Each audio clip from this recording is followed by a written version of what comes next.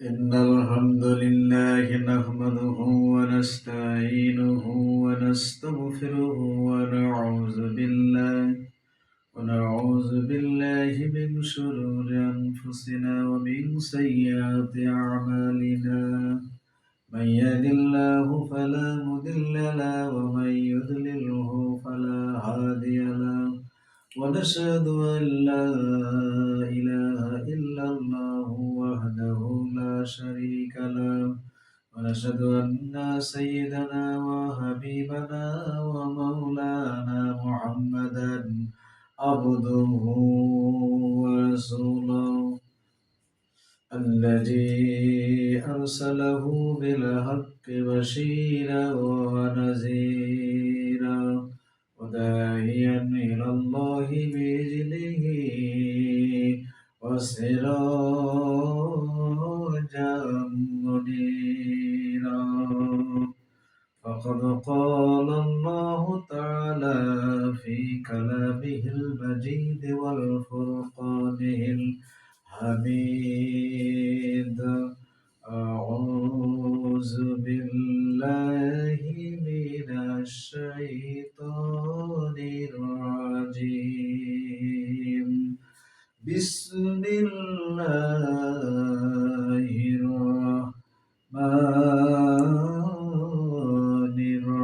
الرحيم. والذين هم على صلواتهم يحافظون أولئك هم الوارثون الذين يرثون الفردوس هم فيها خالدون.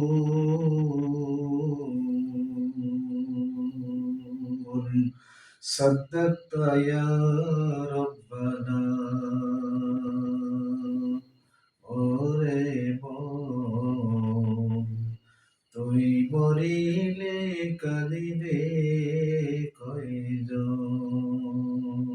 ওরে মন, তুই মরিলে কান্দিবে কয়জন?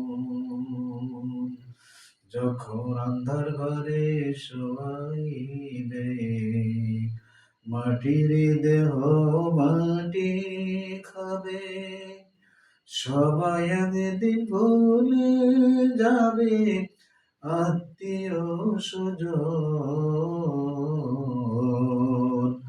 ওরে মন, তুই মরিলে কান্দিবে কয়জন?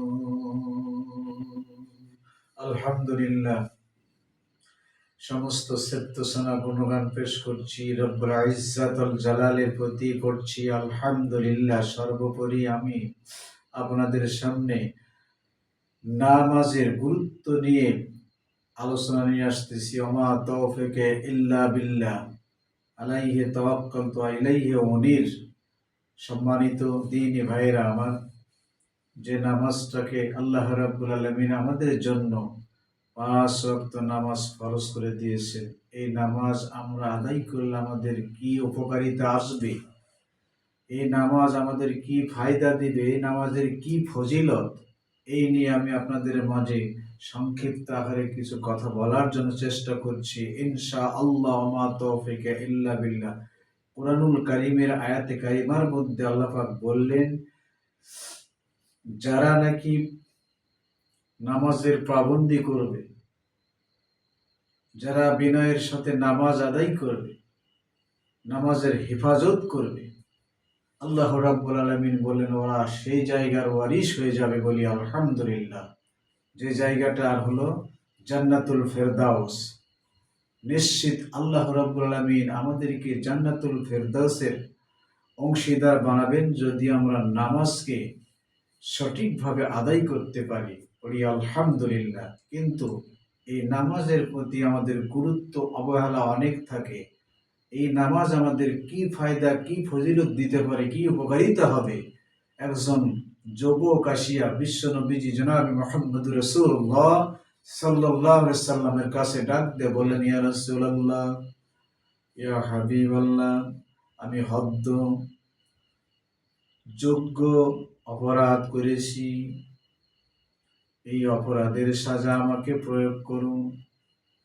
আমি হদ যোগ্য পরিবার, আমি গুনাহের কাজ করেছি, পাপের কাজ করেছি, হুজুর আপনি আমাকে সাজা দিন ইসলামিক শরিয়া মোতাবেক।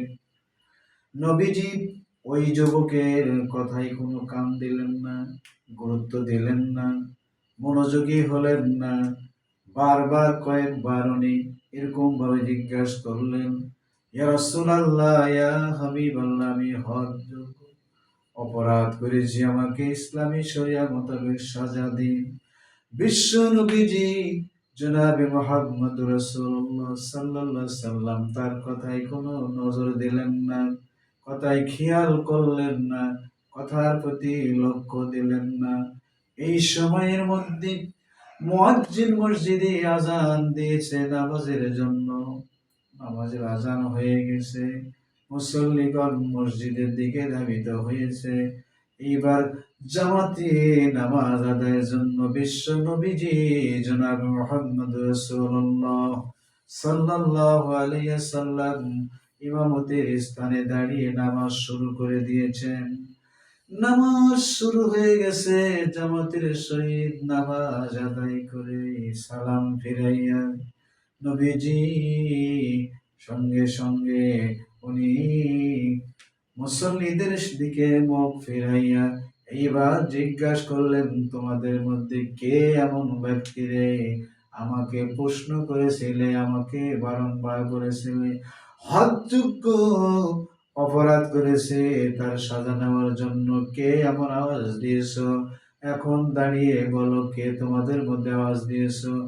সঙ্গে সঙ্গে যেই যুবকটি পূর্বে আল্লাহ রাসূলের কাছে হদযোগ্য অপরাধের সাজা চেয়েছিল, এই যুবক দাঁড়িয়ে বলল, লাব্বাইক ইয়া রাসূলুল্লাহ, আমি আপনার কাছে আপনার সামনে হাজির আছি, আমি ওই কথাটাই প্রকাশ করেছি।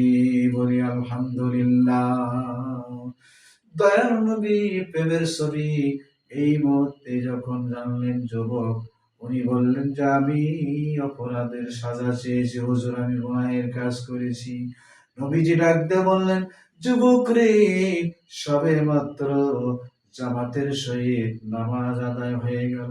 যুবক রে, তুমি কি জামাতের সহিত নামাজ আদায় করেছো? সঙ্গে সঙ্গে যুবক উত্তর দিল, ইয়া রাসূলুল্লাহ, ইয়া হাবিবাল্লাহ, আমি জামাতের সহিত নামাজ আদায় করেছি।